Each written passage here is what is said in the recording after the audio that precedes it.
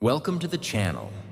In this video, we're going to talk about something that can change the way you speak English. Thinking in English. Most learners translate words in their mind first, and that slows them down. But what if you could stop translating and start thinking directly in English? Let's begin this powerful journey together. Chapter 1. The problem with translating. When I first started learning English, I had a big habit. I always translated every sentence from my native language. Before speaking, I would think in my language, try to find the English words, build the sentence in my head, and then speak. This took time. It made my speech slow and unnatural. I felt nervous in conversations. Then I realized fluent speakers don't translate. They think directly in English. So I made a decision. I would train my brain to think in English, even for small things. Chapter 2. Start small, everyday objects. I started with small things. Every morning when I woke up, I looked at things around me and said their names in English. Bed, pillow, fan, window, sunlight. I didn't say these out loud all the time. Sometimes I whispered, sometimes I just thought them silently. This simple habit trained my brain. Soon, I started making simple sentences. I am brushing my teeth. Now I am making tea. It's a beautiful morning. This was powerful. Because I wasn't learning difficult grammar rules. I was building fluency naturally. You can do this too. Wherever you are, just name things around you in English. Start creating easy sentences in your head. Chapter 3. Make English your thinking partner. As I continued practicing, I realized something important. I needed to create a habit of thinking in English, even when I wasn't talking. So I made English my thinking partner. Let me explain.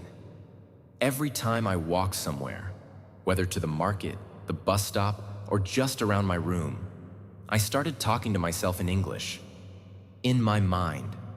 For example, I'm going to the shop now. I think it might rain later. This road is too crowded today. I should buy some vegetables before it gets dark. These were my thoughts, but I trained myself to say them only in English. In the beginning, it was difficult. Sometimes I didn't know the exact word, so I used other simple words. For example, if I didn't know the word frustrated, I said, I am not happy with this. Or, this is making me feel bad. It's okay to use simple words. The goal was not to speak perfect English. The goal was to keep thinking in English. Every time I caught myself thinking in my native language, I would stop, take a deep breath, and restart in English. This habit changed my brain. After just a few weeks, I started to think in English without even trying. And you know what? It felt like freedom. I didn't need to translate anymore. I wasn't afraid to speak. I wasn't searching for words. Thinking in English gave me confidence, and it will do the same for you. Just treat English like a friend who's always with you. Talk to it, think in it, and soon you'll find it becomes a part of your everyday life. Chapter 4. Use English in real-life situations, no matter where you are. One big mistake I used to make was thinking that I needed to live in an English-speaking country to get fluent. But I was wrong. You don't need to go to the USA, UK, or Canada to speak English confidently. You can create your own English world, right where you are. Let me tell you what I did. Whenever I went to a restaurant, I looked at the menu and read it in English, even if it was written in my language. I would translate it in my head. What do I want to eat? Maybe I'll have rice and vegetables. How much does it cost? I'm feeling hungry. While walking through the market, I thought in English. Look at those fresh tomatoes. The weather is so hot today. That shop looks interesting. Even when I watched people talking, I imagined their conversation in English. This wasn't speaking aloud. It was all happening silently in my head. But it was powerful. Then I added another step, speaking to myself in English when I was alone. If I was in my room, I would say, "I had a good day today. Tomorrow I want to finish my project. Let me clean my desk now." It sounds small, but these small steps trained my brain to treat English as my daily language, not just a subject. And then, something surprising happened. One day, I had to speak with a tourist who asked me for directions. Earlier, I would have felt nervous, but that day, I was calm. Why? Because I had already practiced these situations in my mind many times. I gave him directions clearly. He smiled and said, "Your English is good." That was a special moment, a turning point. So here's the lesson. Don't wait for the perfect opportunity. Use English in your daily life, even if no one else around you speaks it. You're not just learning words, you're building habits. And habits are what lead to fluency. Chapter 5. Practice speaking without fear of mistakes. Let me tell you something that changed my life. Fear is the biggest enemy of English speaking. In the beginning, I was always scared. Scared that people would laugh at my pronunciation. Scared that I would make a mistake. Scared that someone would correct me. Scared that I didn't sound smart. But one day, my teacher told me something beautiful. She said, "The one who speaks, even with mistakes, will learn faster than the one who stays silent." That sentence hit me deeply. From that day, I made a decision. I will speak. Mistakes or no mistakes. So I began small. At the shop, I said, "1 bottle water, please." The sentence was not perfect, but I spoke. At the bus stop, I asked, "What time bus come?" Again, not perfect, but I was speaking. I joined a small English speaking group online where people practiced English from different countries. Nobody was perfect. Some spoke slowly, some forgot words. But we all tried, and we helped each other. You see, we all were learning, and learning means making mistakes. Every time I made a mistake, I told myself, "This is not failure. This is learning." And it worked. Slowly, my confidence grew. My grammar improved because I was using it in real life. My pronunciation became better because I was saying the words again and again. Now, when I speak, I don't fear mistakes. I feel proud that I'm communicating. Let me give you an example. Once, I was in a hotel and I wanted to ask for an extra towel. I said, "Can I get one more towel, please?" The staff understood me, smiled, and brought it.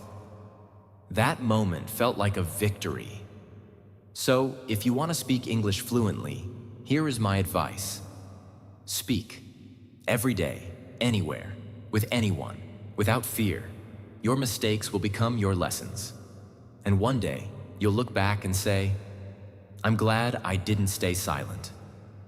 Chapter 6. Learn from the world around you. When I was learning English, one of the best things I did was this. I used my surroundings as my classroom. Yes, that's right. The world around me became my teacher. Let me explain. One day, I was waiting at a bus stop. Instead of scrolling through social media, I looked around and started thinking in English. The bus is late. There are 5 people waiting. The sun is bright today. That boy is eating ice cream. These were simple sentences, but I was training my brain. Then I took it one step further. I started listening to the announcements at train stations and airports. I repeated them in my mind. "Attention, please. The train is arriving at platform number 3. Flight number 202 is now boarding. At home, I did the same thing. I opened the fridge and said, "There is milk, butter, and some fruit. I need to buy eggs tomorrow. The vegetables look fresh." Even while cooking, I would speak in English. Boil the water. Add some salt. Stir it gently. I started reading English on posters, on product labels, on shopping bags, even on medicine bottles. Wherever I saw English, I didn't ignore it. I observed, I read, I spoke. The best part? I didn't need books. I didn't need a classroom. The world itself was my practice ground. Let me give you an example. Once I was walking past a clothing store. I saw a shirt with the words, "Make your own way." I read it aloud and thought about what it meant. Make your own way means create your own path. Be independent. That one shirt gave me a new phrase and a deep meaning. That's the power of learning from your surroundings. So here's what I suggest. Read street signs in English. Watch people and describe their actions in English. Look at products and say their names in English. Create your own English dictionary from the world around you. When you do this every day, you stop seeing English as a subject. You start living it. Chapter 7. Turn thinking into speaking. Anytime, anywhere. Let me tell you something that changed everything for me. If you want to speak English fluently, start speaking in your mind first. Then, speak it out loud. You don't always need a partner. You don't always need a teacher. You just need a voice inside your head, and that voice must speak in English. Let me explain with an example. One morning I woke up and said in my mind, "Today is a beautiful day. I feel fresh." Then I got ready for the day and said, "I am brushing my teeth. Now I am washing my face. I am wearing my favorite shirt." I was doing everything in English, in my head. But I didn't stop there. I started speaking softly too. While walking to the shop, I said quietly, "I am going to buy some vegetables. I hope the market is not crowded. I have $50 in my pocket." Nobody could hear me, but I was training my brain. When I was alone at home, I used to practice loudly. I picked random topics and started talking. Like this. "My favorite food is pasta." Why do I like pasta? Because it is easy to cook and very tasty. I learned to cook it by watching a YouTube video. No grammar books, no memorizing rules, just real simple speaking, like we talk in our native language. Even when I didn't know the exact word, I tried to explain. If I forgot the word pillow, I said, "That soft thing we keep under the head while sleeping." That's called thinking like a speaker, not like a student. One of my favorite exercises was talking to the mirror. Yes, I stood in front of the mirror, looked into my own eyes and said, "You can do it. You are learning. You are improving. English is your friend." At first it felt strange, but after 1 week I felt confident. The mirror never judged me. It always listened. Here's one powerful tip for you. Before you go to sleep, tell your day in English. Example. Today I woke up at 7 a.m. I had tea and toast. I went to the bank. I helped my mother in the kitchen. I watched a movie. Now I feel sleepy. This simple habit makes your brain think in English automatically. And that is the secret.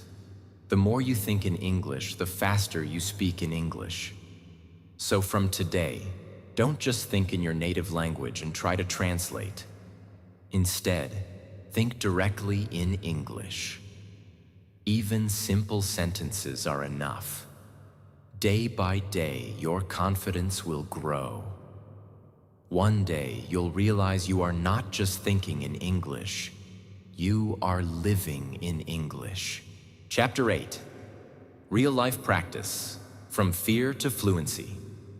We often think, what if I make a mistake? What if people laugh? What if they don't understand me? Let me tell you this. Every fluent English speaker was once a beginner. Let me share a true story. There was a young man who had been learning English alone. He could write well, read well, and even understand movies. But he was scared to speak. Very scared. One day, he visited a cafe in New York. He wanted to order coffee, but he was nervous. He stood in the line, practicing in his head.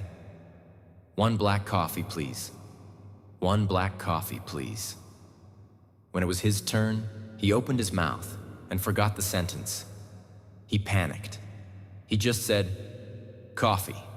The lady smiled and asked, what kind? He froze. But then he took a deep breath and said, black coffee, please. That one small step gave him confidence. After that, he made a decision. Every day, I will speak English to one stranger. Sometimes it was a waiter, sometimes a bus conductor, sometimes someone in a store. He started small, just greetings. Hi, how are you? Nice weather today. Where's the bus stop? Soon, those small sentences became bigger. He started asking, can you help me find this product? Is this seat taken? Do you know any good restaurant nearby? He made mistakes. Of course. One time he said kitchen instead of chicken, and everyone laughed. But guess what? He laughed too. And he never forgot that word again. He realized something powerful. Mistakes are not your enemies. They are your teachers. So he stopped feeling ashamed. He started learning from real conversations. You can do the same. Start with short sentences. Don't try to speak like a professor. Speak like a friend. Go to a shop and say, hello, I am learning English. Can I ask a question? You'll be surprised how kind people are when they see your effort. Use apps to speak with learners around the world. Join online English speaking clubs. Practice with friends. Even talk to your pet if no one's around. The key is speak every single day. Here's one great trick he used. He recorded himself every evening for 2 minutes. He would pick a topic, like my day or my favorite movie, and just speak. At first it felt strange, but after 30 days, he listened to the first recording and then the latest one. The difference was amazing. His voice was clearer, his grammar was better, his fear was gone. Remember this, you don't need to be perfect. You need to be consistent. So start speaking, even if it's slow, even if it's broken. Because broken English becomes fluent English with practice. Chapter 9, Thinking in English, the real game changer 1. Big reason people struggle to speak English fluently is because they think in their native language and then translate. This creates delay, confusion, and sometimes funny mistakes. So what's the solution? Start thinking in English. Yes, it sounds difficult, but let's make it simple. When the boy we talked about in the last chapter decided to improve, he made one important rule. From today, I will talk to myself in English. He was still living in a small apartment. No English-speaking friends, no language environment. But he had his mind, so he began to train it. When he woke up, he thought, I have to brush my teeth. When he looked at the sky, he said in his mind, the sky is cloudy today. While cooking food, he would say, I am cutting vegetables. Now I am boiling water. This smells good. Slowly, his thoughts started forming in English. At first, it felt slow and unnatural. But after 3 weeks, English became automatic in his thoughts. Here's what he did to speed it up. 1. Name everything around you in English. Wherever you are, look around and say, "This is a table. That is a window. This fan is noisy." It sounds simple, but it trains your brain to use English for thinking. 2. Ask yourself simple questions in English. What do I want to eat? What did I do today? What will I do tomorrow? And don't just ask, answer yourself too in English. Even short answers are powerful. 3. Use a mirror for practice. Every night, he stood in front of a mirror and had a fake conversation. Like this. "Hello, how was your day?" "My day was good. I worked, studied, and cooked dinner." "What will you do tomorrow?" "I will go to the park, meet a friend, and read a book." This mirror practice made him more confident and natural. 4. Use simple English. Don't try to be fancy. Many learners think, "I must use big words to sound smart." Fluency is not about big words. Fluency is about clarity. Use short, clear sentences. Say what you think in the simplest way possible. For example, don't say, "The atmospheric condition seems unpredictable." Just say, "The weather is changing a lot." 5. Use English in your phone and apps. He changed his phone language to English. He started typing daily notes in English. He listened to English songs, watched videos, read subtitles. English was now everywhere in his day.